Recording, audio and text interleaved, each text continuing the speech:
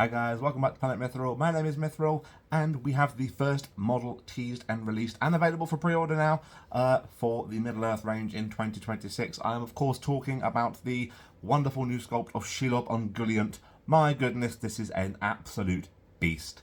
I'm a little bit sad that my wonderfully converted Shelob from Shlobfest 25 is now going to be outdated, as a lot of tender love and care put into that model, but it does open the door for future Shlobfests to come around, which I'm super excited about. This thing is an absolute monster. She looks exactly like she did from the film now, compared to the old sculpt. The old sculpt was always good. It wasn't ever a bad sculpt. Building it was a problem. Bending those legs into position, those joins in the articulation of her legs were always a bit of a problem. She had a really weird position in the old one. She kind of had her back four legs almost curl under her, and she was rearing up with her mandibles, but always served the purpose and always looked really, really good. And of course you had the extra Sam that came along with it, with the Violet Galadriel and the Web Frodo. But this thing, oh boy, Shelob, you have had an absolute glow up. You really have. There's so much more detail in this sculpt, and the fact they've kind of positioned her over two rocks, kind of bearing down on Frodo in the pass of Cirith Ungol, which is what I've tried to recreate with my old Shelob. If I'll give you a side to side here, look at that. Look, there's my old poor Shelob, wonderfully painted. A great model to paint, but yeah, sadly looks like she's getting outdated quite quickly with this new beast. There's so much detail on this sculpt now, like just the horrible ferociousness, the ferocity in her face, because her face was never greatly detailed in the old sculpt. It always had the you know, the rearing, and you always see in her mouth, you'd always see all the bits going on there, but it was never this intensely detailed. There's a lot more detail, particularly around the eyes, and there's weird pustule growth on her back, which I think is really, really cool. I know that they're upping her base size from, I think from the 60mm it was down to an 80mm.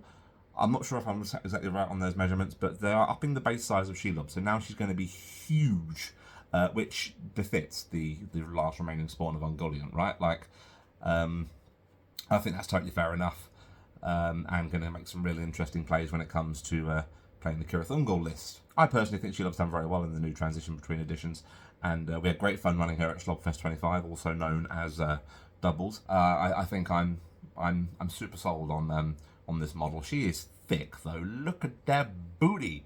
She is packing. Yeah, there's some definite kind of gravitas and some serious like heft to this spider now, and she feels much more intimidating than I think she ever did in her original form. And just some of these cinematic shots here, like the Games Workshop photography, is really, really cool. I'm a little bit sad it doesn't look like we're going to be getting a new like Sam fighting Shelob, and as far as I'm aware, the only other way you can get that model is in the current Clutches of Shelob box.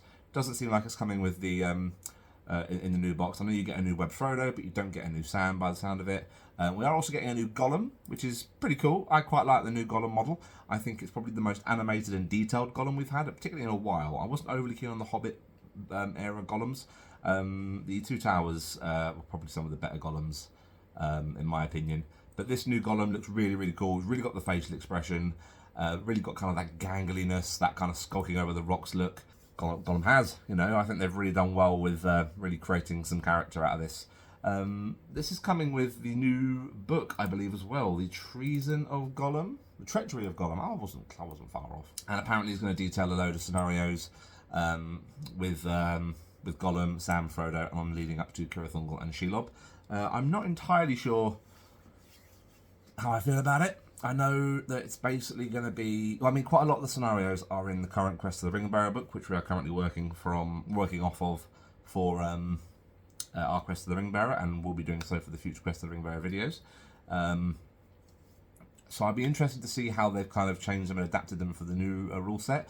I don't know if we're going to set a precedent of kind of like changing the old scenarios to any new scenarios that come out. We might just stick with the old ones. It depends. If there's only a few minor details, like we did with the profiles and some of the models between editions, we'll kind of deal with it on an ad hoc basis. If it feels particularly like drastically different, or we feel like it will give a better game or a better experience, or if we feel like there's not really a lot's changed, so there's no real point changing it at all to the old scenario, we'll kind of go from there. But what I am excited about doing, and doing tutorials for, is the new step-by-step modular Shelob's Lair stuff. If you see these pictures here, which were shared on Warcom, these are stunning. So apparently the idea is that you can build like 1 by 1 foot like modular tiles, and there's a scenario where I only skimmed through it briefly, where you kind of, you're playing as Frodo going through the tunnels of Shelob, the pass of Thungol, and you reveal the tunnels as Frodo goes through, and Shelob's kind of in control of the game, and she might pop up somewhere, she might not, and like,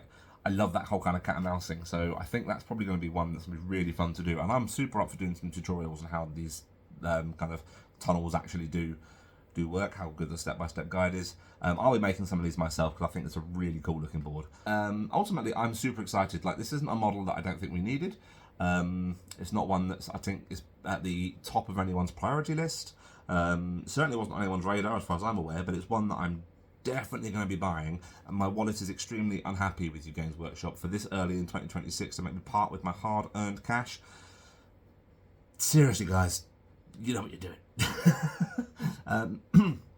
It's not what I wanted, it's not what I needed, but it's one I'm definitely going to be buying, and you can definitely expect a tutorial. I actually think it's fortuitous that I hadn't actually got around to filming my old Shelob tutorial, because maybe that was the universe kind of lining up and being like, oh, just get this one done for the tournament, I got you covered.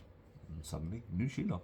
So yes, that is a new hype for Middle-earth this month. Hopefully we get some more coming out very soon, some more teasers, some more stuff to be previewed, but I'm super excited for Shelob, and I cannot wait to get her on the board. Let me know what you think. Take care, guys. Bye-bye.